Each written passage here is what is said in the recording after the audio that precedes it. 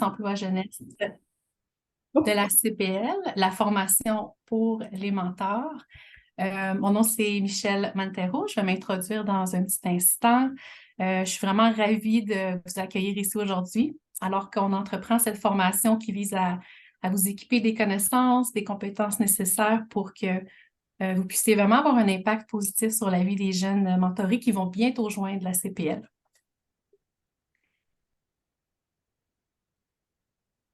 Donc, juste avant de débuter, on aimerait procéder avec une reconnaissance des territoires. Donc, en lien avec la Commission de vérité et réconciliation du Canada, on pense que c'est important de prendre un moment.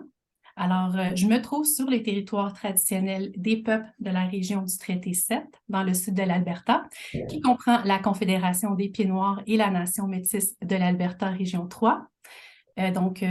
Mentor Canada reconnaît respectueusement que les territoires sur lesquels nous poursuivons nos activités sont les territoires traditionnels des Premières Nations, des Métis et des Inuits qui sont depuis longtemps les gardiens de ces territoires.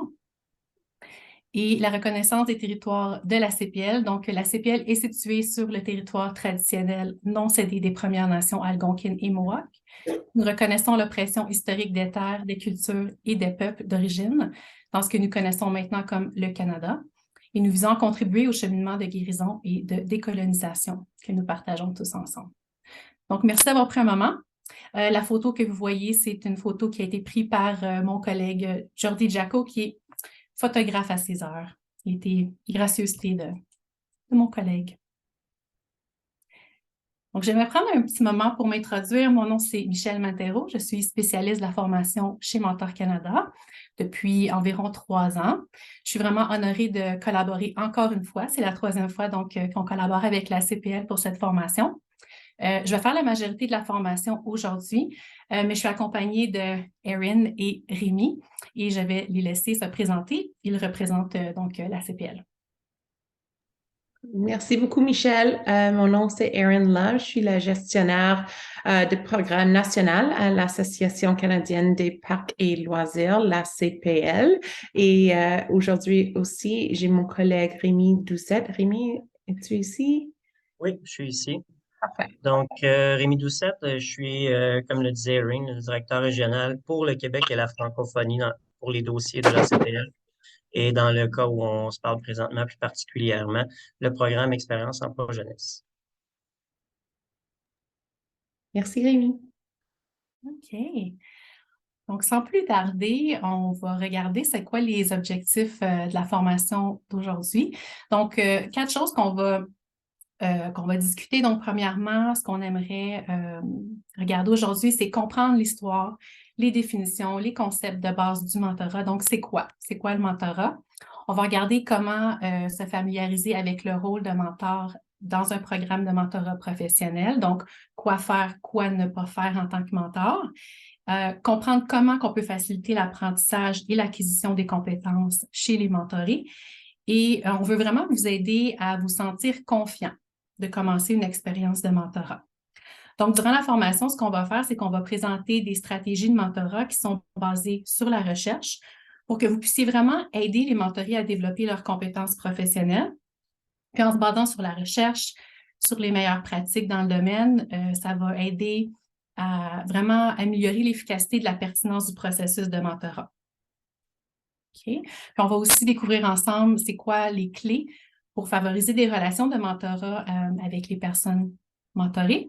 Je vais vous inviter souvent à commenter. Vous allez voir, on a des petits sondages à l'écran, donc gênez-vous pas, on est dans un contexte d'apprentissage, il n'y a pas de gêne, vous n'êtes pas évalué là-dessus, donc on va discuter. Si jamais vous avez des questions, n'hésitez pas à rentrer vos questions dans le chat. Rémi et Erin vont m'assister pour les questions. Ou si vous avez vraiment une question brûlante, comme on dit, gênez-vous pas, ouvrez votre micro puis posez la question. Oh, je suis allée un petit peu trop vite. OK, donc on va commencer tout de suite avec une question pour vous. Si vous n'avez jamais utilisé Slido, si vous avez un ordinateur pas loin, vous pouvez aller sur slido.com, rentrer le code et la question va apparaître, entrez votre réponse. Ou si vous avez un téléphone cellulaire, scannez le code QR et rentrez votre réponse. Vos réponses vont apparaître à l'écran. Donc, on aimerait savoir, en un mot, quelques mots, qu'est-ce que vous aimeriez retirer de cette formation? Donc, je vais vous donner un petit 30 secondes. Gênez-vous pas. Donc, qu'est-ce que vous aimeriez le plus apprendre aujourd'hui? Qu'est-ce qui vous intrigue le plus au sujet du mentorat? Les outils logistiques. OK, c'est bon. Bon, on va couvrir ça. Vous allez voir, la CPL vous a préparé un beau guide de mentorat qu'on a vraiment hâte de vous présenter. Donc, ça s'en vient. Je vois qu'il y a quelques autres personnes qui sont en train de taper leurs réponses. Des trucs, oui. S'adapter aux nouvelles.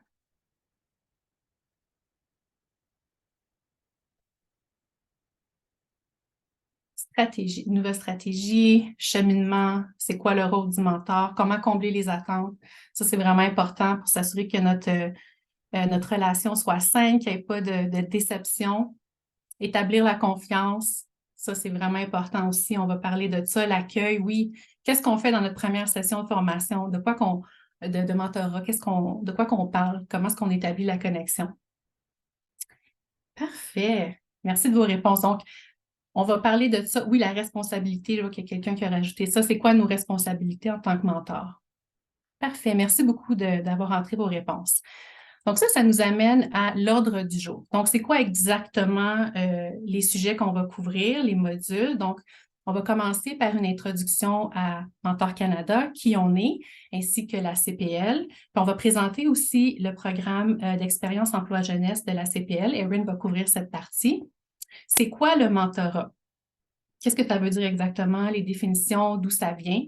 L'impact du mentorat. Donc, pourquoi est-ce que la CPL s'est lancée dans ce programme-là? Vous allez voir, il y a vraiment des très bonnes raisons.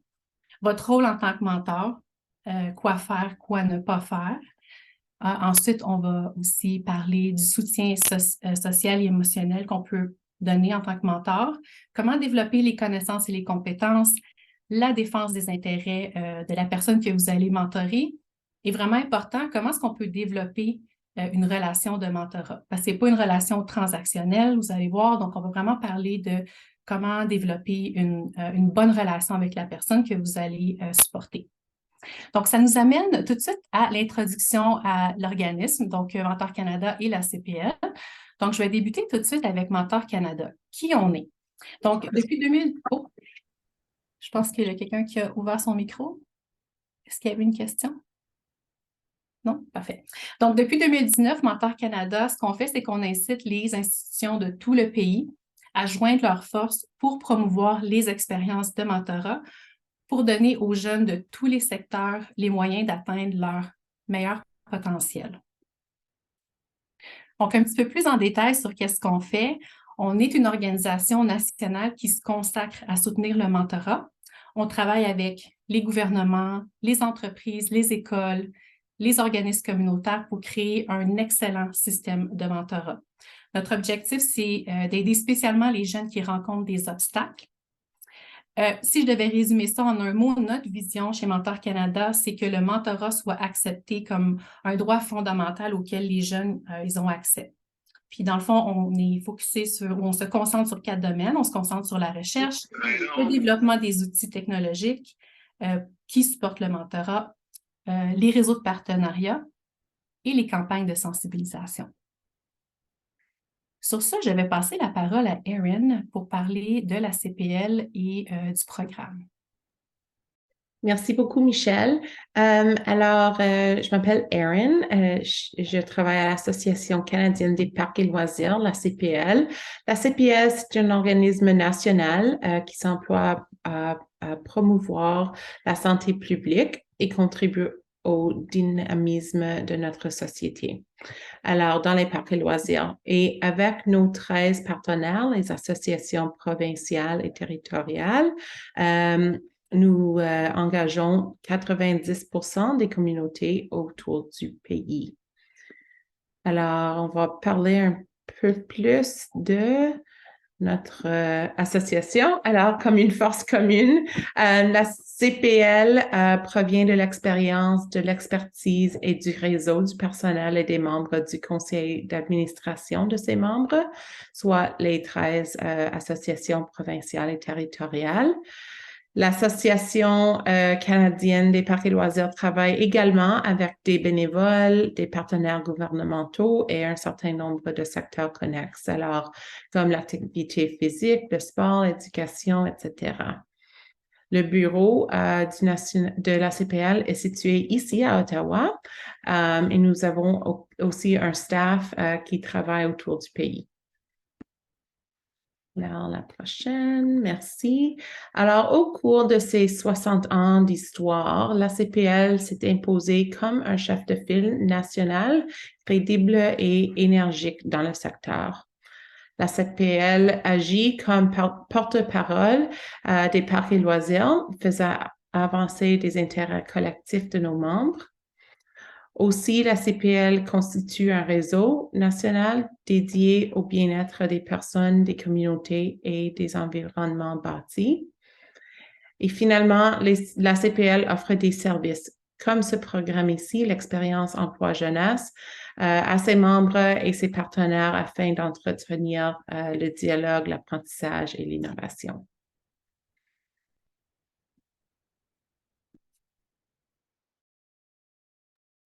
Donc, on a une autre question pour vous. Ça fait combien d'années que vous êtes dans le domaine des parcs et loisirs? On aimerait voir c'est quoi l'expérience qu'on a dans notre salle virtuelle. OK. Donc, un peu comme tantôt, vous pouvez aller sur slido.com, entrer le code ou scanner le code QR. OK. 10 ans et plus. 6 à 10 ans. OK. On a vraiment... il y a l'air d'avoir beaucoup d'expérience dans le groupe.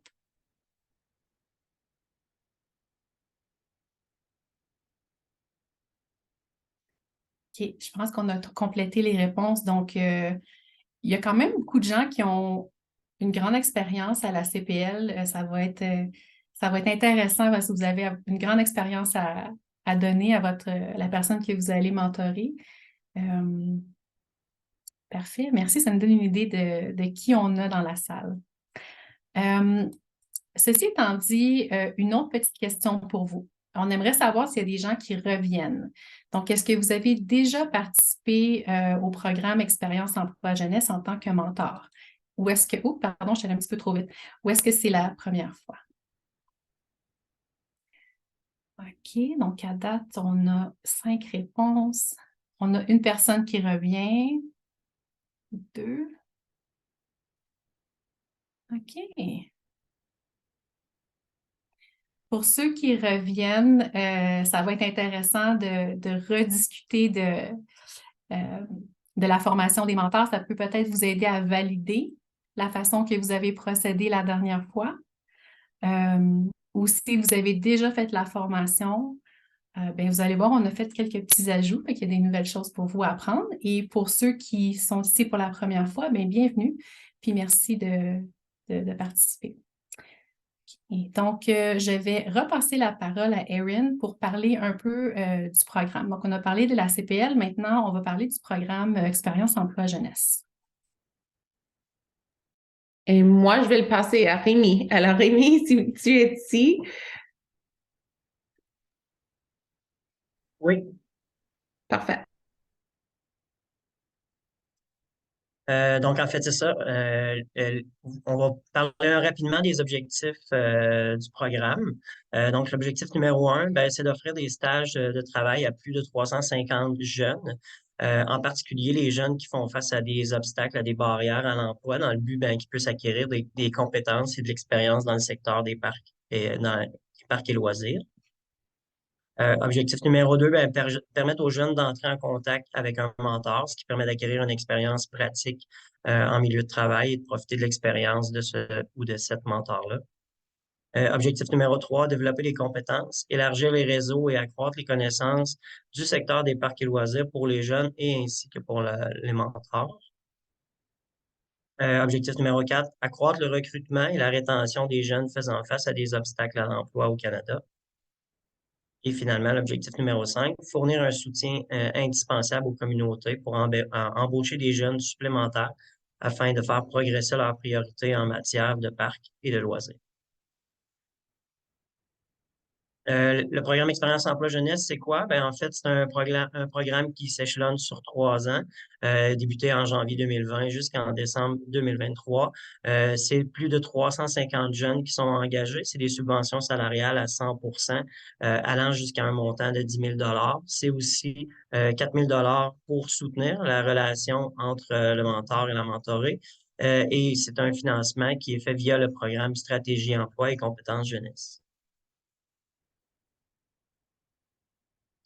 D'autres chiffres, ben, en 2022, le programme Expérience Emploi Jeunesse a aidé à engager parmi les jeunes 86% de jeunes qui ont fait face à des obstacles à l'emploi. 27% de ces jeunes-là étaient aussi des Autochtones. Il y avait aussi 17% qui faisaient partie de minorités visibles, un autre 17% qui n'avaient pas complété leurs études secondaires et 5% qui sont en situation de handicap.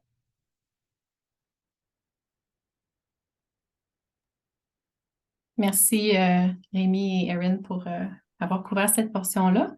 Et là, ça nous amène à vraiment rentrer dans le vif du sujet, donc parler du mentorat. Donc, c'est quoi le mentorat? On va débuter par regarder c'est quoi l'histoire du mentorat, c'est quoi son origine. Peut-être que vous avez déjà entendu parler de l'Odyssée. Donc, le personnage Mentor, il apparaît dans l'Odyssée. C'est une histoire qui est racontée par le poète grec Homère. Donc, Mentor, c'était un ami de confiance du roi Ulysse. Et quand le roi s'est embarqué pour combattre dans la guerre de Troie, Mentor, il a reçu la tâche de protéger le fils unique du roi et de l'aider à grandir pour réussir. Donc, le mot mentor lui-même vient de plusieurs mots grecs qui signifient penser, conseiller, se souvenir et endurer. Donc, ça existe vraiment depuis longtemps, le concept du mentorat. L'Odyssée, ça a été composé vers l'an 700 avant notre ère, puis l'histoire se déroule, dans le fond, environ 500 ans plus tôt, vers 1200 avant notre ère.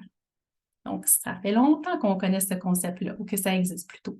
Donc, au fil du temps, le terme mentor s'en est venu à désigner un conseiller de confiance, un ami, un enseignant, une personne sage. Donc, le concept, il a évolué, mais c'est toujours aussi significatif. Si on regarde, c'est quoi le mentorat d'une façon un peu plus moderne? Donc, on va prendre la définition du dictionnaire. Le dictionnaire d'Oxford définit le mentorat comme un mentor est un conseiller expérimenté et de confiance. On aime bien la définition de Janice Omadeke. Si vous ne savez pas c'est qui Janice Omadeke, elle a créé The Mentor Method. C'est un logiciel d'entreprise qui transforme la culture d'entreprise grâce au mentorat. Donc, sa définition à elle, c'est une relation épanouissante entre quelqu'un de plus expérimenté et quelqu'un de moins expérimenté dans le but d'aider les deux individus à devenir des versions plus élevées d'eux-mêmes. Puis la raison pourquoi j'aime beaucoup cette définition-là, c'est parce qu'elle met vraiment l'accent sur le fait que la relation, elle est mutuellement bénéfique. On va parler un peu plus tard dans la formation de pourquoi le mentorat, c'est une relation à deux sens, pas seulement qu'à un sens. Vous allez voir, c'est vraiment intéressant. Quand on parle de la définition de l'ACPL, une très bonne définition aussi. Le mentorat, c'est la mise en relation d'une personne expérimentée ou qualifiée, donc le mentor, avec une personne qui souhaite améliorer ses compétences, donc la personne qui est mentorée, qui est guidée. Puis le mentor, il agit comme un modèle de soutien pour le mentorer en partageant ses connaissances, ses ressources, ses conseils pour l'aider à améliorer ses compétences. Si on parle du mentorat de façon plus concrète, donc là, on a regardé les définitions, mais en termes plus concrets, c'est une relation qui est enracinée dans le respect mutuel, l'empathie, la bienveillance et la confiance. Donc, un mentor, il se soucie vraiment de son mentoré, il veut qu'il réussisse, il est prêt à comprendre ses expériences, il est prêt à offrir son soutien. Il y a un profond sentiment de confiance et de respect pour le mentoré, pour qui il est en ce moment, de la façon qu'il se présente. Avec le mentorat, ça, c'est une exigence qui est de base pour être considéré comme un bon mentor. Ensuite, dans une relation de mentorat, l'accent est mis sur le développement de la personne dans son ensemble, pas seulement montrer ou apprendre des connaissances ou des compétences. Donc, c'est un développement global de la personne. Donc, on parle de savoir-être, on parle aussi de savoir-faire. Donc, les mentors sont là pour donner à la fois un soutien qui est psychologique, émotionnel et social, tout en aidant les personnes mentorées à faire progresser leurs connaissances et leurs compétences professionnelles. Ensuite, c'est guidé par le mentoré et l'évolution de ses objectifs à lui, ses besoins et ses valeurs. Donc, c'est un peu différent d'un coach ou d'un superviseur. Là, c'est vraiment le mentoré qui est au siège conducteur, comme on dit. OK? Un coach ou un superviseur, c'est lui habituellement qui décide des objectifs, c'est lui qui décide du plan de match. Dans le mentorat, c'est différent. Les mentorats de relations les plus réussis, et ça, c'est ce que la recherche nous dit, les relations de mentorat les plus réussies, même si ça semble contre-intuitif, ils sont dirigés par le mentoré. Donc, les mentors sont des guides, sont des conseillers qui sont vraiment puissants, mais c'est finalement au mentoré de mettre un pied devant l'autre pour atteindre ses objectifs. C'est une relation qui est réciproque et mutuellement bénéfique. C'est réciproque, mais ce n'est pas égalitaire, dans le sens que le mentor, il a généralement beaucoup plus d'expérience. Il va utiliser cette expérience-là pour soutenir le développement de la personne qui est guidée. Le mentor, il va aussi bénéficier de la relation. Dans quel sens? Bien, dans le sens qu'on apprend de la personne avec qui on est jumelé. Peut-être que cette personne-là, elle est plus au courant des nouvelles tendances, par exemple. Vous allez apprendre beaucoup sur vous-même aussi. Dans la relation de mentorat, vous allez vous observer un peu, observer votre, peut-être, par exemple, vos compétences de communication. OK? Puis, dépendamment avec qui vous êtes jumelé, bien, vous allez apprendre peut-être d'autres cultures. Donc, c'est une relation qui est vraiment bénéfique dans les deux sens pour cette raison-là. Donc, ceci étant dit, j'ai une petite question pour vous, encore une fois. J'aimerais savoir, est-ce que vous pouvez nous nommer peut-être une personne qui a été un mentor dans votre vie? Là, on ne dit pas de nous donner des noms, là. On parle seulement de peut-être un rôle. Est-ce que vous avez eu peut-être un enseignant, un parent? Est-ce que quelqu'un dans votre vie qui a joué un rôle de mentor?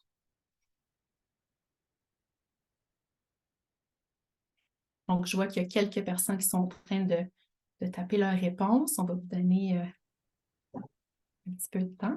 Gênez-vous pas à utiliser le chat. Si jamais vous n'êtes pas confortable avec Slido, vous pouvez rentrer vos réponses dans le chat. Il y a quelqu'un qui a eu un enseignant de musique, qui a joué un rôle de mentor, un prof de philosophie, un collègue, un entraîneur. Là, j'imagine que vous êtes en train aussi d'avoir une réflexion par rapport aux qualités qu'on parlait tantôt, là, de comment la relation, elle est une relation de confiance, quelqu'un qui vous a accepté vraiment comme vous étiez, un ancien collègue de travail, des amis, quelqu'un qui vous a accompagné, j'imagine, dans le stage universitaire, c'est ce que je comprends ici, un professeur. C'est vraiment intéressant. Je vois qu'il y a beaucoup de collègues de travail. Ça, c'est intéressant aussi quand, entre collègues de travail, on se mentor ou on se coach un peu. Vraiment, parfait. Bien, merci de vos réponses. Puis là, ça nous amène au prochain sujet. Vous allez voir, il y a vraiment un lien avec ça. Vous allez voir, il y a différents types de relations de mentorat. Peut-être que vous n'étiez pas au courant, bien, maintenant vous l'êtes. Alors, il y a des relations qu'on appelle formelles de mentorat par le biais d'un programme de mentorat. Donc, une relation de mentorat qui est formelle, c'est une relation avec une structure. Donc, il y a des dates, il y a des échelons, il y a des objectifs. C'est établi par un programme de mentorat formel, un peu comme ce que vous faites maintenant avec le programme Expérience Emploi Jeunesse. Ensuite, on a les relations de mentorat qui sont informelles ou naturelles. Donc, ça, c'est une relation qui se crée et qui évolue de manière organique, un peu comme une amitié. Fait que peut-être des mentors qui n'ont même pas réalisé qu'ils étaient un mentor simplement parce qu'ils encourageaient quelqu'un, ils reconnaissaient ses points forts. Puis, vous êtes probablement en train de penser à quelqu'un, quand on parle de ces définitions-là, ou les personnes que vous nommiez dans le Slido juste avant, un professeur, un ami, un collègue qui a joué ce rôle-là. Donc, maintenant qu'on a parlé de c'est quoi le mentorat, on va aller explorer pourquoi c'est important. C'est quoi l'impact du mentorat? Chez Mentor Canada, on a conduit une recherche en 2020. C'est la première et seule recherche qui existe au Canada sur le domaine du mentorat et les besoins du mentorat. Qu'est-ce que nous a dit la recherche? Donc, pour la première fois au Canada, on a des recherches qui montrent l'impact du mentorat sur la vie des jeunes. Puis, une chose qui est ressortie de la recherche, c'est qu'il existe un lien entre le fait d'avoir grandi avec un mentor et les résultats qu'on a obtenus. Ça ne veut pas dire que le mentorat provoque automatiquement les résultats qu'on va vous présenter. Par contre, les jeunes avec qui on a fait des entrevues, ils ont confirmé que leur mentor, puis les relations de mentorat, il y avait eu une influence positive sur leur vie. Donc, on va vous présenter quelques résultats de la recherche. On ne va pas tout vous montrer, mais ceux qui étaient vraiment importants. Donc, selon notre recherche sur l'état du mentorat au Canada, les jeunes mentorés étaient 95% plus susceptibles d'avoir poursuivi des études supérieures après l'école secondaire, 53% plus susceptibles de déclarer une bonne santé mentale que les jeunes qui n'étaient pas encadrés ou mentorés, 78% étaient plus susceptibles d'avoir une occupation, donc soit être étudiant ou avoir un emploi. Puis il y a 75% des jeunes qui ont dit que leur mentor avait une influence significative sur leur confiance en soi. Selon la recherche aussi, les mentors y ont soutenu les parcours éducatifs des jeunes. Il y a près d'un 5e à un quart des mentors qui ont aidé les jeunes à postuler à une école de métier, un collège, une université, puis il y a une proportion similaire d'entre eux qui ont aidé les mentorés à trouver ou à demander un financement pour leurs études ou leur formation. Donc, suite à ces résultats-là, ça vous permet de réfléchir à votre parcours en tant que mentor, puis au soutien que vous allez pouvoir apporter aux jeunes, surtout que votre programme est là pour supporter les jeunes qui font face à des obstacles. Et en parlant des obstacles, la recherche elle a aussi démontré c'était quoi les obstacles à l'accès aux mentors au Canada. Donc, selon la recherche, il y a environ 38% des personnes interrogées qui ont déclaré avoir rencontré des obstacles pour accéder à un mentor durant leur adolescence. Les top 3 des obstacles, c'est 55% ne savaient pas comment trouver un mentor, 42% qui ne comprenaient pas c'était quoi l'intérêt d'avoir un mentor, puis il y a 34% qui n'avaient pas de programme de mentorat à leur disposition. Donc, encore une fois, pourquoi on vous présente ces statistiques-là? Bien, parce qu'on veut vous montrer qu'on apprécie vraiment que dans votre programme, pour les jeunes qui n'ont pas eu de mentor dans leur jeunesse, bien, grâce à votre programme et à votre participation au programme, vous contribuez à combler un grand besoin. Vous allez aider les jeunes à comprendre puis à expérimenter c'est quoi la valeur d'un mentor. Vous comblez vraiment une grande lacune. Fait qu'on voulait vraiment prendre le temps de vous présenter ça puis vous remercier pour votre participation. Donc, maintenant qu'on a vu, c'est quoi le mentorat, c'est quoi l'impact, on va parler un peu plus en détail de votre rôle en tant que mentor. Quoi faire, quoi pas faire, c'est quoi les qualités d'un bon mentor. Donc, si on commence par parler des caractéristiques des mentors. C'est quoi les qualités qui sont importantes? Donc, l'empathie. Les mentors, ils comprennent et ils partagent les sentiments de la personne qui mentore. Ils se mettent à la place de leur mentoré sans jugement. Ça, des fois, c'est difficile, mais sans jugement. On va vivre avec eux leur joie, on va vivre avec eux leur peine. Une écoute attentive. Donc, qu'est-ce que ça veut dire avoir une écoute attentive? Bien, c'est quand on est en réunion avec eux, on leur donne vraiment toute notre attention quand ils parlent. On reconnaît leur point de vue. On montre notre intérêt dans la conversation pour qu'est-ce qu'ils disent. Comment est-ce qu'on montre notre intérêt? C'est en posant des questions pour clarifier. Donc, si on a une bonne écoute, par exemple, je vais vous donner un exemple. Mettons que vous mentorez une jeune personne, puis ils vous parlent d'un de leurs objectifs qui est de devenir manager un jour. Donc, si on a une bonne écoute, on va poser des questions pour clarifier, pour comprendre pourquoi.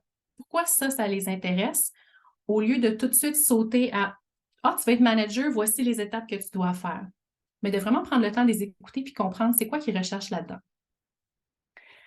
Être respectueux des valeurs. Donc, les jeunes, ils ont toutes sortes de valeurs qui sont basées sur la façon qu'ils ont été élevés et sur leurs expériences de vie. Donc, c'est important que vous reconnaissiez les différentes croyances, les différentes valeurs, les différentes coutumes et de ne pas imposer vos propres valeurs, vos propres croyances. Avoir une bonne connaissance de soi. Ça, c'est vraiment important aussi. Quand tu as une bonne connaissance de toi-même, donc tu connais tes faiblesses, tu connais tes forces, tu connais tes tendances en matière de communication. Puis quand on est conscient de nous-mêmes, on peut établir des liens qui sont plus forts avec les personnes mentorées parce qu'on a une intelligence émotionnelle, puis on comprend nos propres motivations aussi. Puis on peut mieux répondre aux besoins de la personne qu'on va mentorer. Puis c'est aussi dire qu'on sait, qu'on est capable de reconnaître qu'est-ce qu'on ne sait pas. Puis c'est correct des fois de ne pas savoir. L'important, c'est de justement pouvoir référer les jeunes à quelqu'un qui peut les aider si nous, on n'est pas en mesure de le faire. OK? On est patient, donc les mentors ne sont pas facilement frustrés par les retards, les difficultés ou, comme on dit en québécois, les situations malaisantes. On fait preuve de calme, de sang-froid, puis on aide le mentoré à gérer son stress. Digne de confiance et fiable. Donc, les mentors sont fiables, ils sont honnêtes, ils ont une bonne étiquette, ils sont cohérents dans leurs actions, ils respectent leur engagement. On peut compter sur eux, ils sont solides. Quand on parle d'être consciencieux, ça veut dire qu'on est attentif, on est minutieux, on est diligent, on fait notre travail du mieux possible, on est discipliné. Là, on ne parle pas d'être parfait, là, on parle de quelqu'un qui mène par l'exemple, qui fait de son mieux. On est compétent, on est bien informé, donc les mentors, ils possèdent des compétences qui sont nécessaires, dans le fond, pour faire leur travail. Donc, ils s'acquittent de leur rôle et de leur devoir professionnel avec compétence et confiance. Ils sont bienveillants, donc ils ont un regard positif inconditionnel. On va élaborer là-dessus tantôt, parce que ça, c'en est un qui est vraiment important.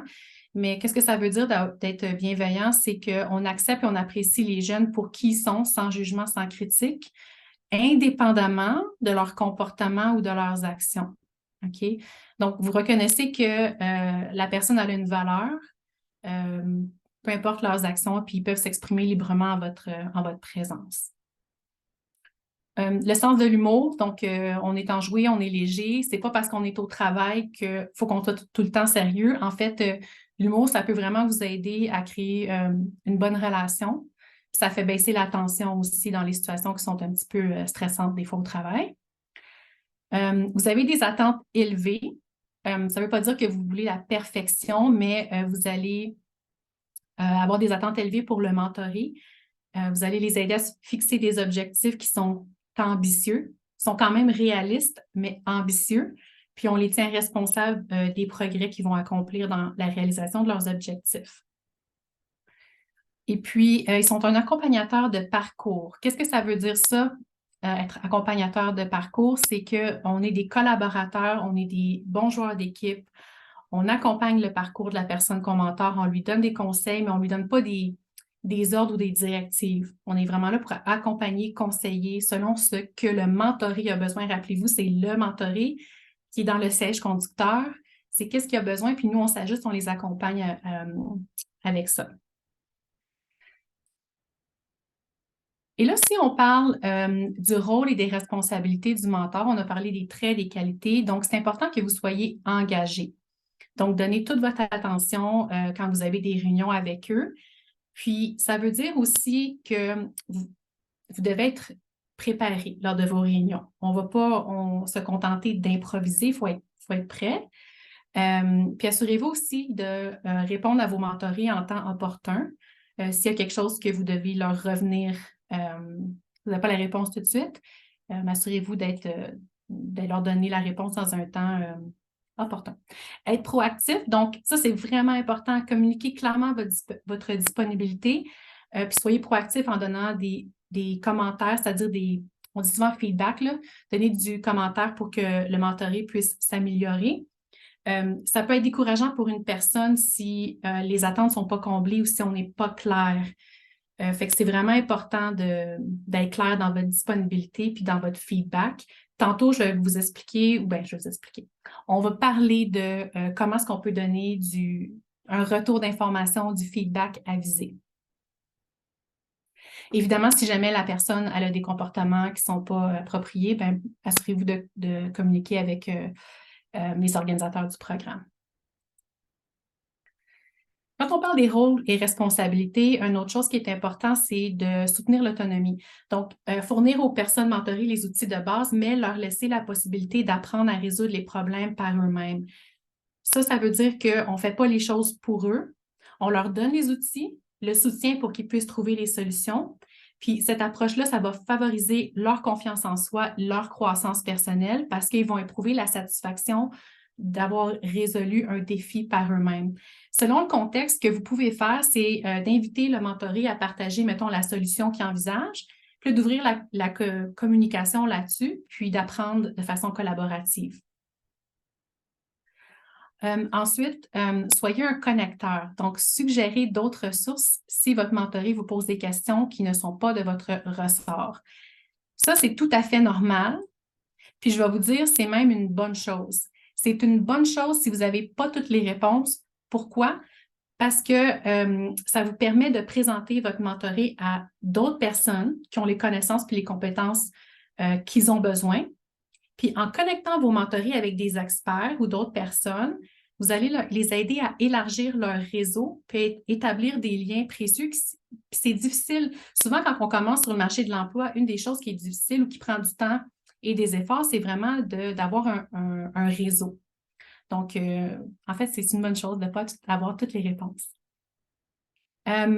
Être axé sur la croissance, donc encouragez-les à travailler au mieux de leur capacité, fournissez à votre mentoré un retour d'information sur ses progrès, puis tenez-les responsables. Le retour d'information ou le feedback, comme on dit, c'est crucial pour que les mentorés puissent évaluer leur propre progrès, puis qu'ils comprennent les actions qui sont nécessaires pour s'améliorer. Donc, communiquez avec eux régulièrement sur leur performance, souligner les points forts, puis souligner les domaines de croissance. Ça va les aider dans leur développement continu. Ça va leur permettre de prendre des décisions qui sont éclairées pour atteindre leurs objectifs. Maintenant qu'on a exploré le rôle essentiel du mentor dans le développement des individus, on va s'intéresser à l'adoption d'un état d'esprit de mentorat. Donc, voyez-vous, le mentorat, ça ne se limite pas à une relation spécifique. OK? Ça peut devenir une approche qui est puissante pour interagir avec d'autres puis favoriser leur croissance. Donc, quand on intègre les principes et les compétences du mentorat dans notre façon de penser, dans notre façon d'agir, on peut non seulement bénéficier des avantages du mentorat, mais on peut aussi devenir des agents du changement positif dans notre propre domaine d'expertise. OK? Donc, on va explorer comment est-ce qu'on peut adopter un état d'esprit de mentorat. C'est quoi les avantages aussi que ça peut apporter à votre propre développement professionnel et personnel? OK? Donc, un état d'esprit de mentorat, ça peut vraiment transformer les interactions quotidiennes en moments brefs, mais c'est un moment qui est vraiment significatif. Ça peut soutenir le développement des relations de mentorat pour être beaucoup plus durable. Fait que comment est-ce qu'on fait ça? Comment est-ce qu'on développe un état d'esprit de mentorat? Premièrement, il faut faire preuve d'intentionnalité. OK? Donc, soyez un mentor comme vous le pouvez, où que vous le pouvez, avec toutes les personnes que vous pouvez rencontrer. Identifiez-vous comme un mentor, un peu comme un mantra, là. Je suis un mentor. OK? Puis, nourrissez cette partie-là de votre identité. OK? Une autre chose, c'est se concentrer sur la croissance. Donc, on parle de nourrir les étincelles, répondre aux besoins individuels. Soyez curieux. On parle tout le temps d'une curiosité saine, évidemment, envers les autres. Chercher à comprendre c'est quoi leurs objectifs professionnels, puis les aider à atteindre leurs objectifs au cours de nos interactions quotidiennes. Ensuite, être un connecteur. Donc, on en a parlé tantôt, mais c'est de présenter, dans le fond, votre mentoré ou même d'autres personnes avec qui vous travaillez à de nouvelles relations pour qu'ils puissent élargir leur réseau professionnel. OK? On l'a dit tantôt, vous n'êtes pas obligé de tout savoir, mais vous pouvez aider votre mentoré ou quelqu'un d'autre en les connectant avec une personne qui est un expert sur le sujet. Et être responsable, donc être digne de confiance et tenir nos engagements. Si on dit, par exemple, à notre mentoré qu'on va lui présenter quelqu'un, ben, il faut tenir notre promesse, il ne faut pas oublier de le faire. Et là, qu'est-ce qu'il ne faut pas faire? Donc, on a tout parlé de qu'est-ce qui est important, c'est quoi les qualités d'un mentor, qu'est-ce qu'on doit faire pour être un bon mentor, comment développer un état d'esprit de mentorat, mais il y a des choses auxquelles il faut faire attention parce qu'on peut endommager notre relation. Pour ne pas endommager la relation de mentorat, premièrement, rappelez-vous que vous n'êtes pas des figures d'autorité. Donc, même si vous êtes plus âgé ou plus expérimenté que la personne que vous allez mentorer, vous n'avez pas de pouvoir sur eux. Le rôle d'un mentor, c'est de stimuler la personne en lui apportant un soutien, des conseils flexibles, mais on ne veut pas étouffer son développement en lui donnant des directives. Okay? C'est toujours, rappelez-vous, le mentoré est dans le siège conducteur, je l'ai dit quelques fois, la voix, le choix et l'autonomie personnelle, c'est toujours plus important. Vous n'êtes pas des thérapeutes ou des conseillers. Et là, je vais le mentionner, la frontière, des fois, entre la relation personnelle et professionnelle dans les relations de mentorat, ça peut être un petit peu flou parfois. Mais dans le fond, rappelez-vous que vous n'êtes pas là pour psychoanalyser les comportements, les paroles de la personne que vous mentorez. Vous n'êtes pas non plus une personne qui apporte des solutions à tous les problèmes. Okay? Le mentorat, ce n'est pas un antidote. Les bons mentors, ils se concentrent sur les problèmes qu'ils peuvent résoudre sur la base de leurs expériences. Vous n'êtes pas des missionnaires, donc on est là pour élargir les compétences professionnelles et non pour convertir quelqu'un à une religion. Okay? Donc, il faut respecter les différences.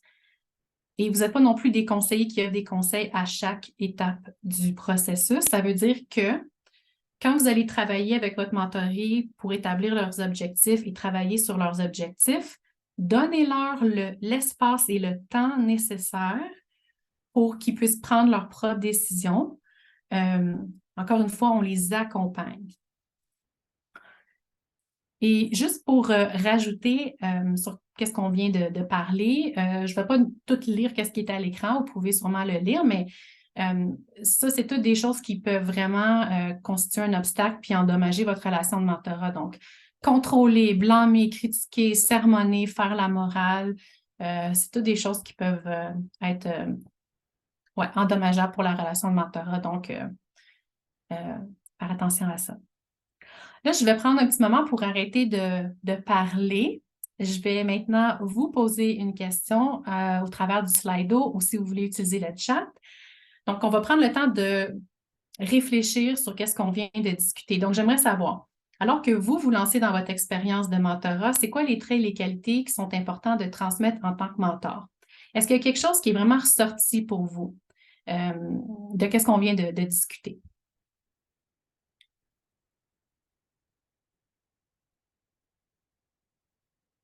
Donc, je vois qu'il y a quelques personnes qui sont en train de rentrer leurs réponses.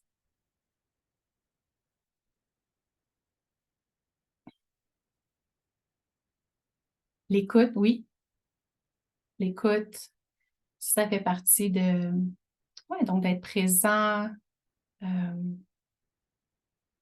La confiance, oui.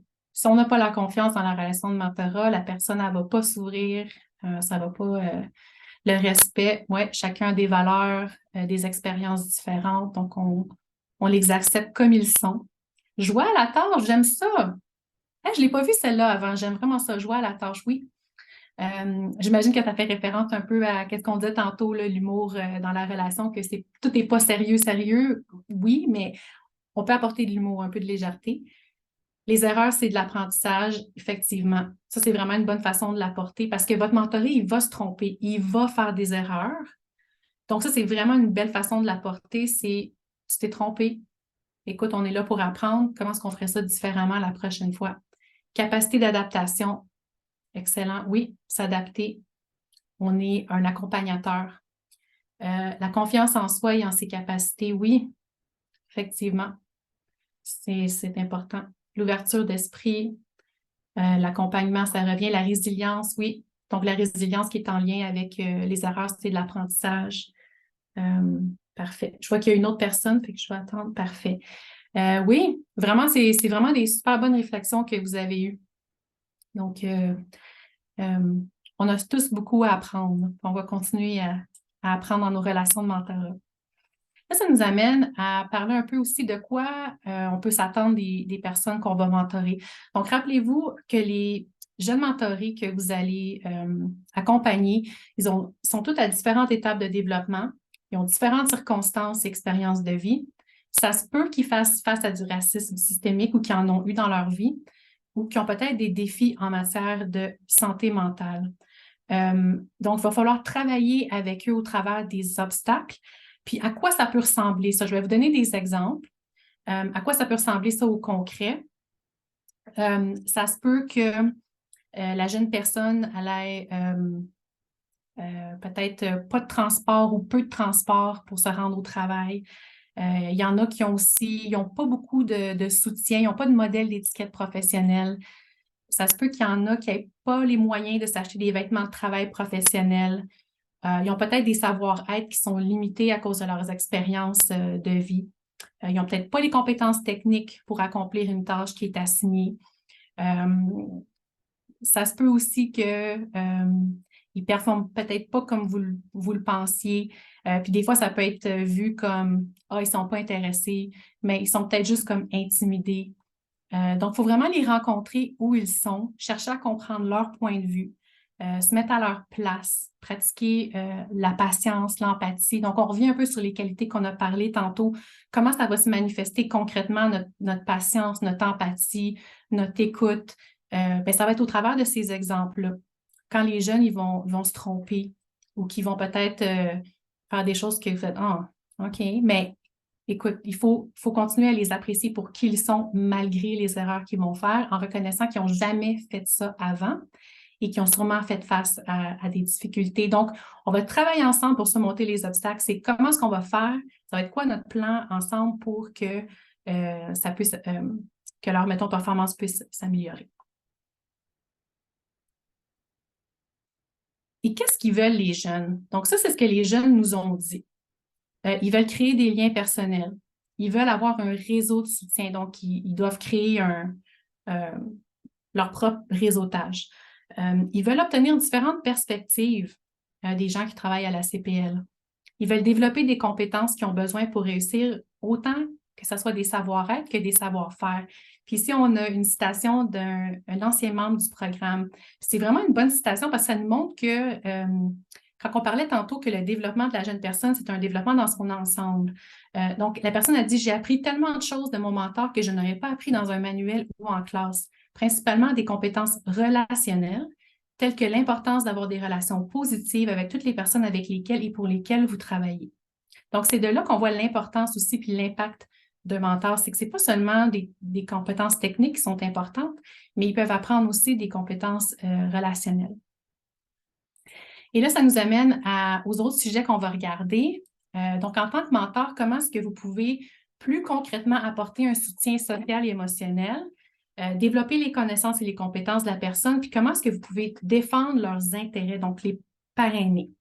Donc, on va tout de suite aller au soutien social et émotionnel. Donc, à quoi ça ressemble le soutien social et émotionnel dans une relation de mentorat? Bien, c'est de créer un environnement sûr. C'est quoi un environnement sûr? Bien, c'est un environnement où la jeune personne, elle se sent vraiment à l'aise de partager leurs idées, de parler de leurs obstacles qu'ils rencontrent avec vous, ce qu'on appelle une zone safe. Je me rappelle, moi, j'avais un mentor dans une autre de mes emplois. Puis dès qu'on fermait la porte du bureau, elle me disait toujours, ça, là, c'est notre espace safe à nous deux. Là. Tu peux me dire tout ce que tu veux. Donc, c'est vraiment d'être présent, être à l'écoute, qu'est-ce qui est dit, qu'est-ce qui n'est pas dit. Même si on n'est pas des psychologues, des fois, on est capable de reconnaître dans le langage corporel qu'il y a quelque chose qui ne va pas. Donc, être attentif de cette façon-là, reconnaître l'identité de la personne et qu'est-ce qu'on veut dire par la langue, c'est de faire attention à notre langage, faire attention peut-être aux stéréotypes. aux étiquettes qui sont parfois mises sur les gens. Donc, il faut faire attention à notre langage avec ça. Et aussi, la confidentialité, c'est vraiment, vraiment important. Être vraiment clair aussi avec la personne de qu'est-ce qui est confidentiel. OK? Et là, ça nous amène à un regard positif inconditionnel. Qu'est-ce que ça veut dire dans la pratique, avoir un regard positif inconditionnel? On a touché là-dessus un peu plus tôt, mais on va vous donner un peu plus de viande et de patates, comme on peut dire, autour de ce sujet-là. Donc, c'est quoi avoir un regard positif inconditionnel? C'est la capacité d'un mentor à accepter et à soutenir la personne mentorée sans jugement, indépendamment de son comportement ou de ses croyances. Donc, quand on a un regard positif inconditionnel sur quelqu'un, il n'y a rien de ce qu'il dit ou qu'il fait qui va vous donner une raison de cesser de le considérer comme un être humain digne d'être soutenu. Au contraire, si vous avez un regard conditionnel, ça veut dire que le mentor, il va seulement soutenir ou donner des encouragements à la personne qu'il mentor simplement quand cette personne-là, elle atteint ses standards à lui. Donc ça, c'est être conditionnel. OK?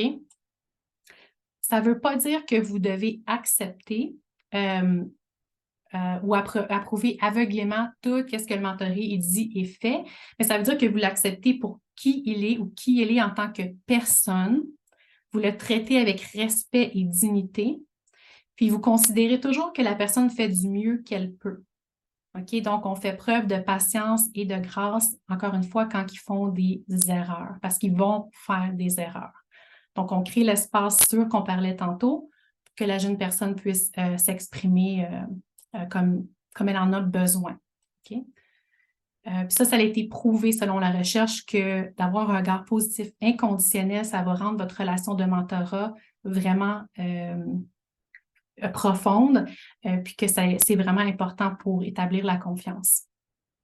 Puis, la recherche elle a montré qu'avoir un regard positif inconditionnel, c'est associé à une augmentation de l'estime de soi et du bien-être chez la personne mentorée, augmentation des résultats scolaires et de la réussite, augmentation du sentiment d'utilité chez la personne et un engagement civique et communautaire accru. Dans l'essence du temps, j'espère que c'est correct, je vais juste passer au travers de cette question, mais je veux juste vous amener à peut-être avoir une réflexion justement pour vous aider à appliquer ça et penser à votre propre expérience de vie. Est-ce que quelqu'un qui a eu un regard positif inconditionnel sur vous, à quoi ça ressemblait et comment ça vous a fait sentir? Donc, prenez le temps de penser à ça. Ça va vous aider vous-même à refléter cette qualité-là chez quelqu'un.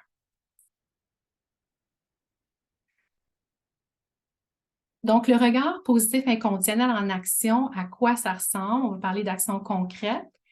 Exprimez votre attention puis votre soutien à la personne que vous mentorez.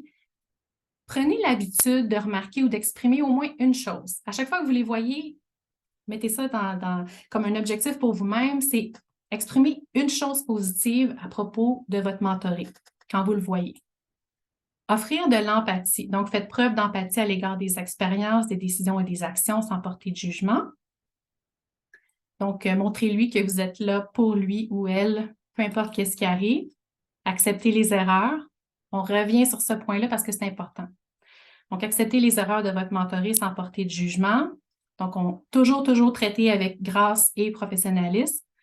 En considérant, il y a quelqu'un qui a dit tantôt, justement, dans leur réponse, que les erreurs, ça peut être vu comme des opportunités d'apprentissage. C'est vraiment une belle façon de l'apporter quand quelqu'un fait une erreur. C'est une opportunité d'apprendre, de se développer, puis une opportunité de croissance. Et exprimez votre engagement. Donc, aidez-les à comprendre que vous êtes engagé à assumer votre responsabilité en tant que mentor, indépendamment de leur performance. Je vais juste mentionner brièvement un piège courant du regard positif inconditionnel, quelque chose qu'il faut faire attention. Faites attention de ne pas supposer un manque de responsabilité. Donc, les mentors, parfois, ils peuvent penser que le fait qu'on accorde à notre mentoré un regard positif inconditionnel, ça les empêche de leur donner des conseils ou de leur donner du feedback qui est constructif. Les personnes mentorées sont toujours responsables de leurs actions. Le regard positif inconditionnel, ça crée simplement la base de confiance et de respect qui est nécessaire pour que les mentors et la personne mentorée puissent discuter des erreurs et des domaines à s'améliorer de façon compatissante et constructive. Okay? Ça ne veut pas dire qu'on ne les tient pas responsables. C'est simplement la façon qu'on va le faire. OK? Et là, ça nous amène à parler justement du développement des compétences et des connaissances. Donc, comment est-ce qu'on fait ça? Comment est-ce qu'on va les aider? Là, on a parlé un peu des actions, des attitudes qu'on doit avoir et tout, mais là, on va aller un peu plus dans les outils. Donc, comment on va développer les connaissances et les compétences des personnes qu'on va mentorer? Ce qui est vraiment important, c'est d'établir des objectifs. La définition d'objectifs professionnels, c'est la base de tout programme et de toute relation de mentorat en milieu de travail. Si on n'a pas d'objectif, c'est comme si on n'a pas de repère, on s'en va un petit peu à la dérive. Donc, ça nous prend des objectifs. Encore une fois, ça, c'est basé sur la recherche, c'est nécessaire.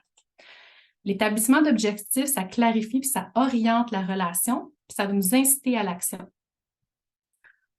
Et puis, rappelez-vous que la définition des objectifs, c'est un processus de collaboration géré à la fois par le mentor et la personne mentorée. Donc, encore une fois, le mentorat, c'est guidé par la personne qui est mentorée. Donc, ils vont vous dire qu'est-ce qu'ils veulent accomplir, puis on peut les aider à définir les objectifs selon qu'est-ce qu'ils veulent faire. Et Erin va parler tantôt du guide de la CPL, mais dans votre guide de mentorat de la CPL, vous avez une section pour les objectifs. Donc, inquiétez-vous pas, vous êtes bien encadré vous-même en tant que mentor pour savoir comment développer des objectifs. Il y a beaucoup d'approches puis de stratégies et de ressources qui sont élaborées pour justement soutenir l'établissement des objectifs. Et puis, encore une fois, le guide de mentorat de la CPL, c'est la ressource qui va vous être donnée. Puis, la CPL utilise la méthode qu'on appelle le SMART. Donc, au travers du plan de développement, vous allez établir, dans le fond, des actions là, pour les aider. Donc, on va les aider à développer des actions spécifiques qui sont mesurables, atteignables, réalistes et avec une ligne du temps.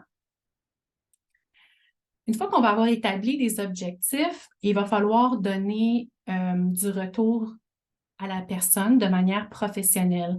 C'est quoi du retour? Bien, comme je disais tantôt, c'est le mot qu'on utilise souvent, l'anglicisme feedback. Comment est-ce qu'on donne du feedback à la jeune personne qu'on va mentorer? C'est vraiment important. Si ce n'est pas bien fait, ça peut être démotivant. Donc, fournir un retour constructif et professionnel, c'est un des processus fondamentaux du mentorat en milieu de travail. Donc, si c'est fait correctement, un retour d'information, ça peut aider les mentorés à identifier les domaines de croissance, puis les possibilités de développement ultérieures.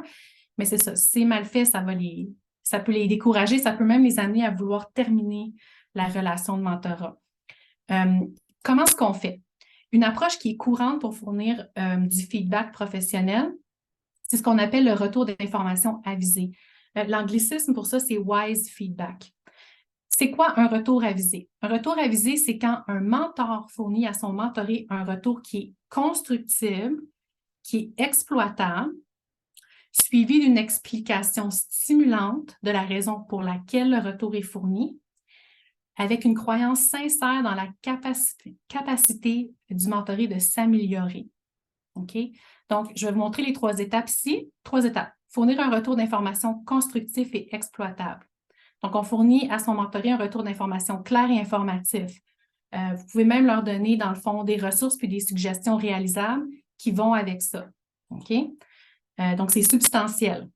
Ensuite, on transmet nos attentes élevées en tant que mentor. On fait comprendre aux mentorés qu'on leur donne un retour d'information parce qu'on se soucie de lui, qu'on voit son potentiel, puis qu'on a des exigences élevées en matière de développement professionnel. Finalement, discuter du potentiel de la personne guidée. Donc, le mentor informe son mentoré qu'il lui fournit un retour d'information parce qu'il a le potentiel d'atteindre les normes et le contenu d'information. Donc, oui, c'est difficile, mais tu es capable de le faire. Je vais t'aider. Qu'est-ce que tu as besoin pour y arriver? Qu'est-ce que je peux faire pour toi pour t'aider à y arriver? OK? Donc, les objectifs professionnels, le retour d'information.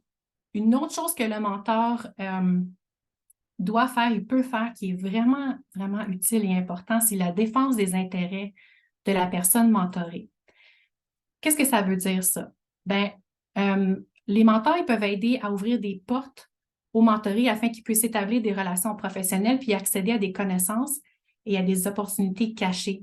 Ça, les mentors peuvent le faire à l'aide de leur capital social. C'est quoi le capital social? C'est les ressources qui sont accessibles et échangées dans le cadre des relations entre les personnes et les organisations. Si on veut dire ça vraiment de façon simple, votre capital social en tant que mentor, c'est votre banque d'entraide que vous avez construite. OK? Donc, partagez votre banque d'entraide avec votre mentoré. Puis, en élargissant son réseau professionnel, votre mentoré peut augmenter sa capacité à accéder à des informations, à des contacts professionnels, à du meilleur soutien, à des événements, puis encore plus de choses. Donc, comment est-ce qu'on peut développer le réseau professionnel du mentoré? Pourquoi pas faciliter les présentations pour eux?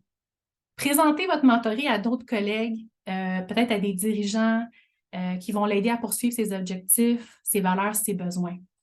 Encouragez votre mentoré à faire du réseautage. Peut-être encouragez-le à participer à des événements du secteur, à des conférences, à des opportunités de développement professionnel, peut-être internes, externes. Vous pouvez même l'aider à se porter volontaire pour des événements, des initiatives, des trucs comme ça. Organisez des opportunités d'observation. Ça veut dire quoi, ça? C'est, mettons que votre mentoré s'intéresse à certains services ou à certaines carrières à l'intérieur de la CPL, peut-être arranger pour lui une occasion d'observer quelqu'un en milieu de travail. Être l'ombre de quelqu'un pour une journée, observer comment est-ce qu'il fait son travail. Ça peut les aider à déterminer est-ce que j'aime ça, est-ce que j'aime pas ça, est-ce que c'est quelque chose que je veux faire? Puis finalement, présentez-lui les communautés en ligne. Peut-être qu'il y a des communautés en ligne qui sont en lien avec votre profession, puis encouragez-les à s'enregistrer avec ces communautés-là, s'inscrire à des bulletins d'information, des trucs comme ça. Puis finalement, comment est-ce qu'on accroît la visibilité et les opportunités pour notre mentoré? Je vais toutes les mettre à l'écran dans l'essence du temps, mais c'est de vraiment promouvoir le potentiel de votre mentoré. Ayez pas peur de parler de lui, de discuter de sa valeur derrière les portes fermées. Parler de lui peut-être à des personnes qui peuvent prendre des décisions, peut-être juste ce qu'ils ne connaissent pas, plaider pour des opportunités, peut-être proposer sa candidature pour des promotions, des récompenses, des formes d'avancement. Si vous faites ça, par exemple, je veux juste mentionner, si vous allez plaider pour des opportunités, n'oubliez pas de le préparer aussi. Donc, peut-être l'aider à se préparer une entrevue, peut-être regarder son CV avec lui. Okay? Puis, encouragez-le à participer. Donc, il peut participer à prendre la parole, mettons, dans des réunions ou des trucs comme ça. Et ce qui est vraiment intéressant avec les opportunités en action et ce qu'on parlait tantôt aussi, là, les présenter, tout ça, c'est que vous pouvez utiliser ça dans vos objectifs. Ça peut être des actions concrètes aussi pour certains des objectifs. Donc, maintenant qu'on a regardé les objectifs, le support émotionnel, la défense des intérêts, comment est-ce qu'on développe la relation? Okay, faut commencer quelque part, il faut se rencontrer, il faut apprendre à se connaître. Comment ça marche? Chaque relation a un début, un milieu et une fin, puis le mentorat, ça ne fait pas exception. Il y a une progression générale vers les relations de mentorat. Les étapes d'une relation de mentorat, ils suivent souvent le modèle de développer un rapport et établir la confiance. Donc, ça, c'est le début.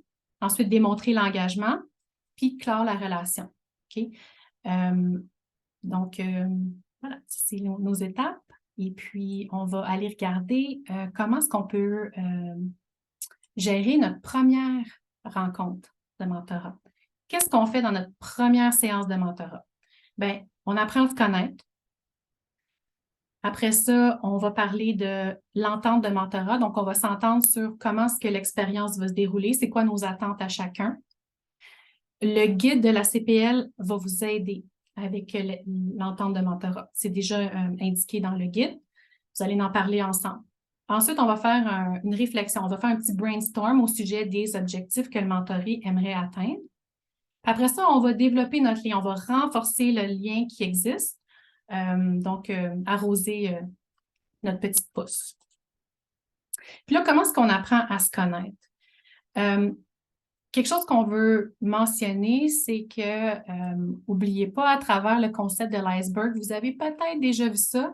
Il y a toujours la perception à première vue, donc comme le bout du iceberg qui sort de l'eau, c'est ce qu'on voit à première vue.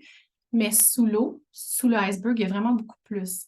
Donc, qu'est-ce qu'on ne voit pas? C'est souvent la richesse de la personne. À première vue, on peut voir peut-être sa couleur de peau, le sexe, peut-être les expressions faciales, mais on ne les connaît pas vraiment. Donc, c'est pour ça qu'on parlait tantôt, le pouvoir de l'écoute, c'est important. Poser des questions, apprendre à se connaître. Là, ça ne veut pas dire qu'il faut poser des questions qui sont super personnelles puis rendre ça malaisant, mais c'est vraiment juste d'être conscient que ce que vous allez voir à première vue, c'est rien. Il y a vraiment beaucoup, beaucoup plus à apprendre. Ça va venir avec le temps. Mais comment est-ce qu'on commence? Bien, posez des questions lors de votre première rencontre sans que ce soit trop transactionnel. La première rencontre, ça va être on apprend à se connaître un peu. Les questions, ça, c'est des idées de questions que vous pouvez poser. C'est quoi tes objectifs?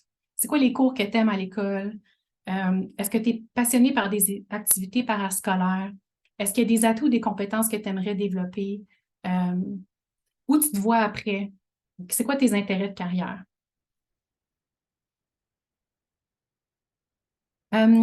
Et là, pour vous aider avec ça, donc une fois qu'on apprend un petit peu à se connaître, on se pose des questions, bien là, on va faire l'entente de mentorat qui va nous aider à mettre en place les attentes de la relation de mentorat. C'est important de co-créer cette entente-là parce que c'est fondamental. Ça, c'est dans votre guide de mentorat de l'ACPL. Et je vais passer la parole à Erin justement pour vous parler du guide de l'ACPL. Merci, Michel. Et encore, moi, je vais passer la parole à Rémi pour en parler à propos du guide.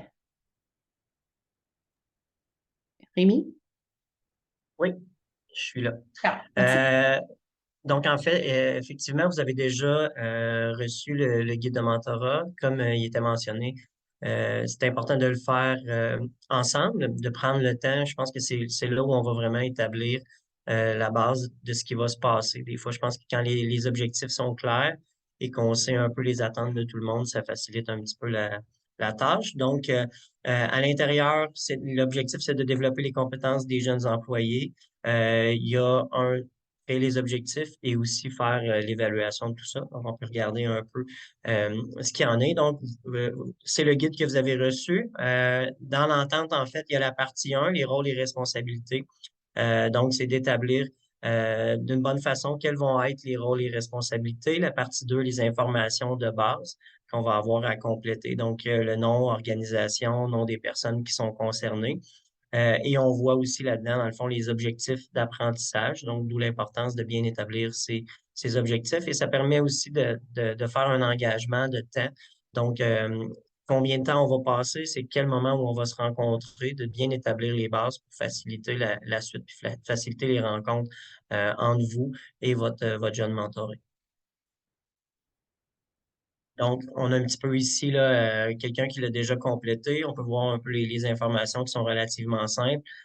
Objectif d'apprentissage, c'est écrit petit, là, mais exemple pour cette personne-là, ben, c'était son entre-gens, sa connaissance du monde des loisirs. Donc, d'établir avec votre jeune ces objectifs-là et d'établir aussi ben, le plan de rencontre. Établir les objectifs et le plan de développement. Donc, on a ici l'outil qui vous aide justement à établir ça avec votre jeune. Donc, on va avoir des objectifs à long terme et on a aussi des objectifs qui vont être plus à court terme. Donc, comment on établit en gros qu'est-ce que je veux faire, qu'est-ce que je veux développer.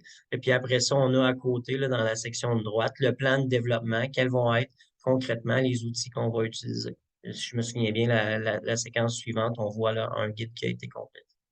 Donc, exact. Donc, ici, là, on parlait tantôt d'entre-gens, ben, ça revient dans le plan de développement. Qu'est-ce qu'on va faire comme activité? À quel moment dans le temps on va s'assurer de travailler sur ces objectifs-là?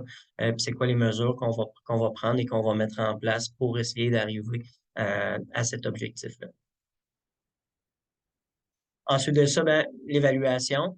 Il y a une évaluation à mi-parcours pour la personne responsable du mentorat, donc qui donne une idée un petit peu comment ça fonctionne avec votre jeune. Et à la fin aussi, il y a une évaluation là, pour finale qui est suite à sa période d'emploi. Donc, vous avez des phrases, des affirmations qui vous aident justement à vous poser certaines questions et qui vous facilitent l'évaluation. Donc, vous avez à faire ça, à le compléter à la fin de la période de travail. J'ai cru voir passer dans le chat la question, est-ce qu'on doit l'envoyer? C'est sûr que c'est idéal. Dans le fond, c'est pas nécessairement partie des documents qui sont obligatoires à la formation. C'est vraiment tout ce qui est envoyé directement en ligne. Par contre, c'est l'idéal que nous, on puisse le recevoir et regarder ce qui a été fait, puis de le partager là, justement à la personne qui est responsable, comme moi ici pour le Québec et la francophonie.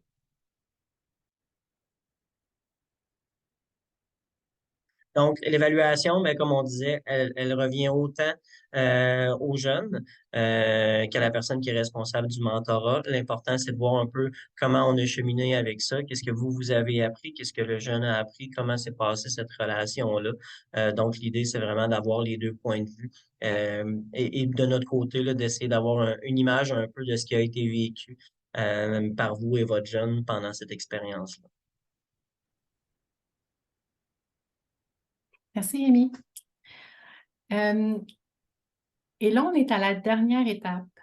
C'est la conclusion. Qu'est-ce qu'on fait comment ça marche la conclusion d'une relation de mentorat?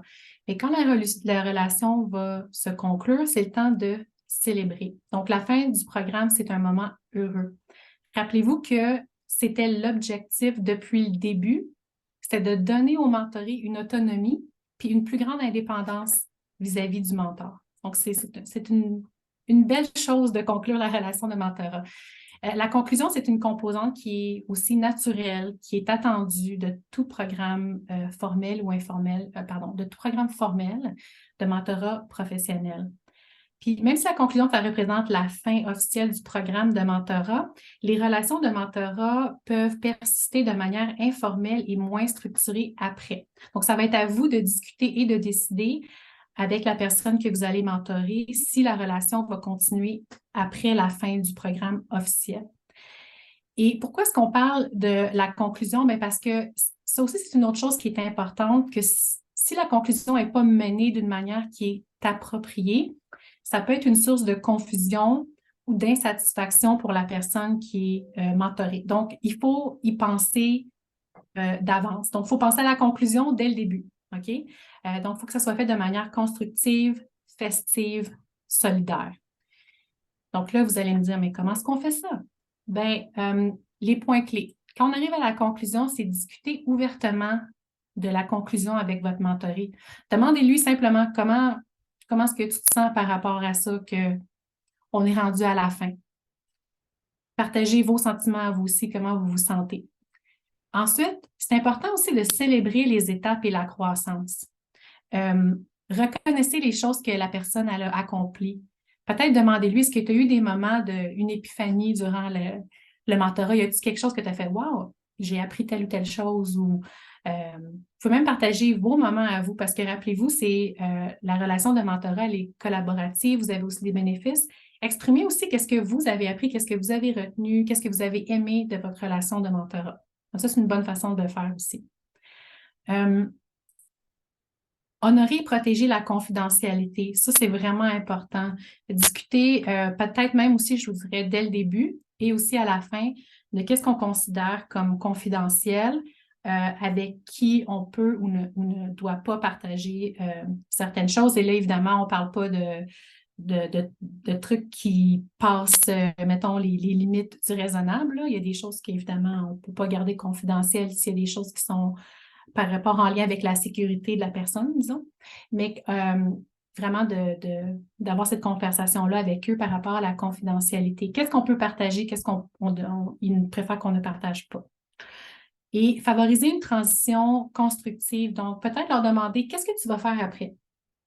Est-ce que tu as besoin d'aide avec quelque chose pour la transition de notre relation?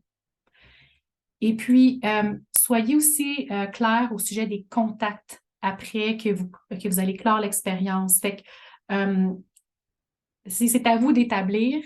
Est-ce qu'il y a des limites? Moi, après cette relation formelle, ça me fait plaisir de t'aider avec telle ou telle chose, mais peut-être pas avec telle chose, la façon qu'on va se contacter, la fréquence de nos contacts après la fin du programme formel. Là, je vois qu'il y a beaucoup de choses dans le chat, mais je ne peux pas l'ouvrir. Est-ce qu'il y a des choses auxquelles on devrait répondre, Rémi ou Non, Erin? ça va, Michel, merci. Non, parfait. OK. Puis là, dans le fond, juste en conclusion, on voulait vous montrer des retours d'informations qu'on a eus justement d'anciens participants au programme, qu'est-ce qu'ils ont dit, en quoi ça les a aidés, parce que c'est vraiment encourageant, encore une fois, de voir l'impact que vous pouvez avoir en tant que mentor. Donc, il y a une jeune personne, et ça, c'est pas vraiment eux, là, c'est des photos, des fausses photos, là.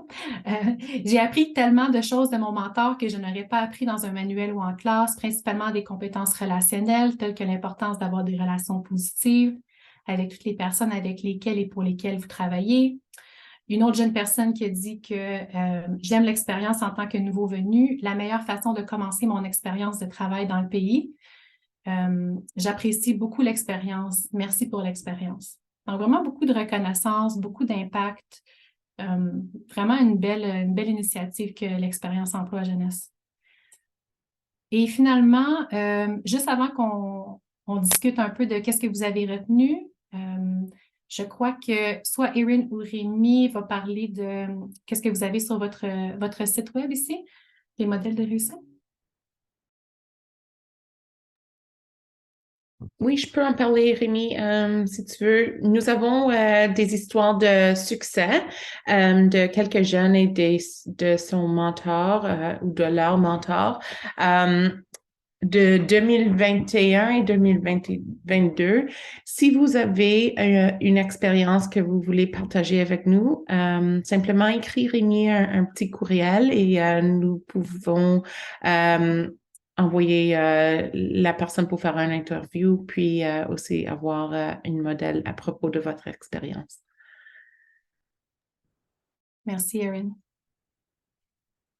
OK. Et en conclusion, on veut juste revenir un peu sur les objectifs qu'on avait au début de cette formation-là. Donc, c'était vraiment vous aider à comprendre c'est quoi le mentorat, donc d'où ça vient, l'histoire, les définitions, les concepts de base, se familiariser avec votre rôle en tant que mentor dans un contexte professionnel, comprendre et faciliter l'apprentissage professionnel et l'acquisition des compétences chez les personnes mentorées, et vous aider à vous sentir en confiance de commencer une expérience de mentorat. Donc, ça, c'était notre objectif du début. Ceci étant dit, on aimerait savoir, c'est quoi la chose la plus précieuse que vous ayez appris aujourd'hui? Qu'est-ce que vous ramenez dans votre petit baluchon d'apprentissage? Donc, je vais te donner quelques instants.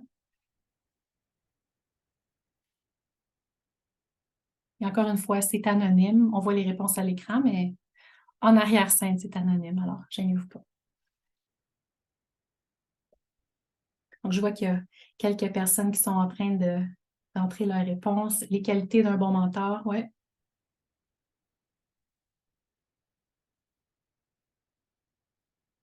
Est-ce que pour ceux qui reviennent, est-ce que vous sentez que peut-être ça l'a validé? Qu'est-ce que vous faites déjà? Rôle plus important que je croyais, écoute attentive, empathie, respect. Oui, c'est un rôle important parce que ça a vraiment un grand impact, puis même pour vous, allez voir, ça va vraiment vous apporter beaucoup. Pas se mettre de pression. Ouais. Ouais. Donc, pas se mettre de pression, on est un accompagnateur, encore une fois, donc pas vous sentir l'obligation de tout supporter chaque étape du processus, mais vraiment, donc, ouais, pas se mettre de pression, on est un accompagnateur, tout en respectant, dans le fond, notre rôle, en prenant notre rôle au sérieux. Quelques trucs, merci. Ça fait plaisir. Un rappel de l'authenticité reste la fondation primordiale de toutes les relations humaines, oui. Ouais. Et rappelez-vous aussi que vous allez peut-être aussi faire des erreurs au courant de votre expérience, c'est correct. C'est correct en autant que je ne sais pas qui a commenté ça, mais c'est bon qu'on reste authentique puis qu'on peut avoir la conversation avec la personne qu'on a mentorée, puis s'excuser, reconnaître qu'on s'est trompé, puis partir sur de nouvelles bases. Qu'est-ce qu'on peut faire la prochaine fois pour mieux faire? Okay? Ce qu'on appelle les conversations de réparation en mentorat. OK. Bien, merci. Je vois qu'il n'y a pas d'autres réponses qui sont rentrées donc, ou qui s'en viennent. Donc, je vous remercie de votre retour d'information avisé. Et en conclusion, on a quelques ressources pour vous si ça vous intéresse d'en savoir plus. Donc, on a une orientation en ligne pour les mentors chez Mentor Canada, si ça vous tente de le faire. C'est environ 1 heure, ça vous donne un certificat à la fin. On a notre site web de Mentor Canada si vous voulez en savoir plus sur le mentorat. On a beaucoup de ressources aussi. Puis on a les recherches complètes pour lesquelles on a partagé quelques petits morceaux, mais on a les recherches complètes si ça vous intéresse. Le guide de mentorat de la CPL, le lien, vous devriez déjà avoir une copie, mais il y a un lien ici. Puis l'expérience emploi jeunesse de la CPL pour en savoir plus. Et est-ce qu'il y avait des questions en conclusion? On sait que c'est quand même rapide, mais est-ce que vous avez des questions, des choses qui sont peut-être pas claires?